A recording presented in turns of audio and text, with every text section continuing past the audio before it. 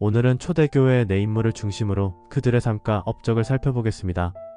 먼저 암브로스를 소개합니다. 암브로스는 340년경 프랑스 트레베에서 태어나 34살이라는 젊은 나이에 감독직을 맡았습니다. 그는 자신의 모든 재산을 교회와 사회를 위해 바치며 교회의 권위를 강화하고 신앙의 기초를 다졌습니다. 암브로스는 아리우스주의와 단호히 대립하며 당시 황제에게까지 교회의 권위를 주장했습니다. 그의 대표적인 일화 중 하나는 데살로니카 학살 사건 이후 황제가 교회에 예배를 드리러 왔을 때였습니다. 암브로스는 황제를 교회에 들어오지 못하게 막으며 황제에게 죄를 회개할 것을 요구했습니다. 몇 달 동안 황제가 예배에 참석하지 못하자 결국 그는 공중 앞에서 자신의 죄를 고백하게 됩니다. 이 사건은 교회와 국가의 관계에서 교회의 권위를 높이는 중요한 계기가 되었습니다. 두 번째 인물은 성경 번역의 선구자인 제롬입니다. 제롬은 라틴어로 성경을 번역하여 불가타 성경을 탄생시켰습니다.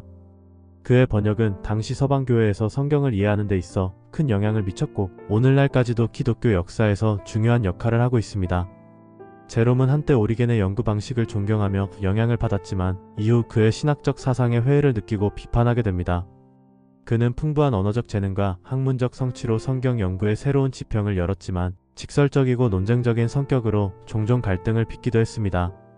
그럼에도 불구하고 제롬의 성경 번역과 연구는 서방 교회의 기초를 다지는 데 있어 핵심적인 역할을 했습니다. 세 번째로 소개할 인물은 크리소스톰, 즉 황금의 입이라 불리는 설교자입니다. 그는 초대교회 역사에서 가장 뛰어난 설교자 중 한 사람으로 그의 설교는 단순하고 강렬하며 사람들의 마음을 움직이는 힘이 있었습니다. 크리소스톰은 불의와 타협하지 않는 성품으로 당대의 부패와 권력을 직설적으로 비판했습니다. 이는 그의 설교가 많은 이들에게 감동을 주었지만 동시에 황실의 미움을 사유배 생활을 하게 되는 원인이 되기도 했습니다. 그는 터키 북동쪽의 한 외딴 지역에서 외롭게 생을 마쳤지만 그의 설교와 메시지는 지금도 많은 이들에게 영감을 주고 있습니다.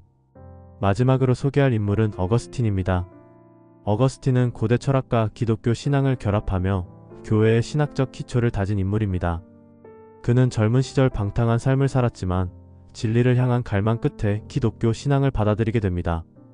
로마서 13장의 말씀을 통해 회심한 어거스틴은 이후 신학과 철학에서 놀라운 업적을 남겼습니다. 그는 하나님의 은총에 대해 깊이 탐구하며 인간의 구원이 전적으로 하나님의 은혜에 달려있음을 강조했습니다. 이는 펠라기우스의 자유의지론과 정면으로 대립하는 사상이었으며 오늘날까지도 기독교 교리의 중심으로 자리잡고 있습니다. 또한 어거스틴은 역사가 하나님의 섭리 안에서 목적을 향해 나아간다고 보았습니다. 그는 기독교적 역사관을 정립하며 순환적 역사관을 뛰어넘는 직선적 역사관을 제시했습니다.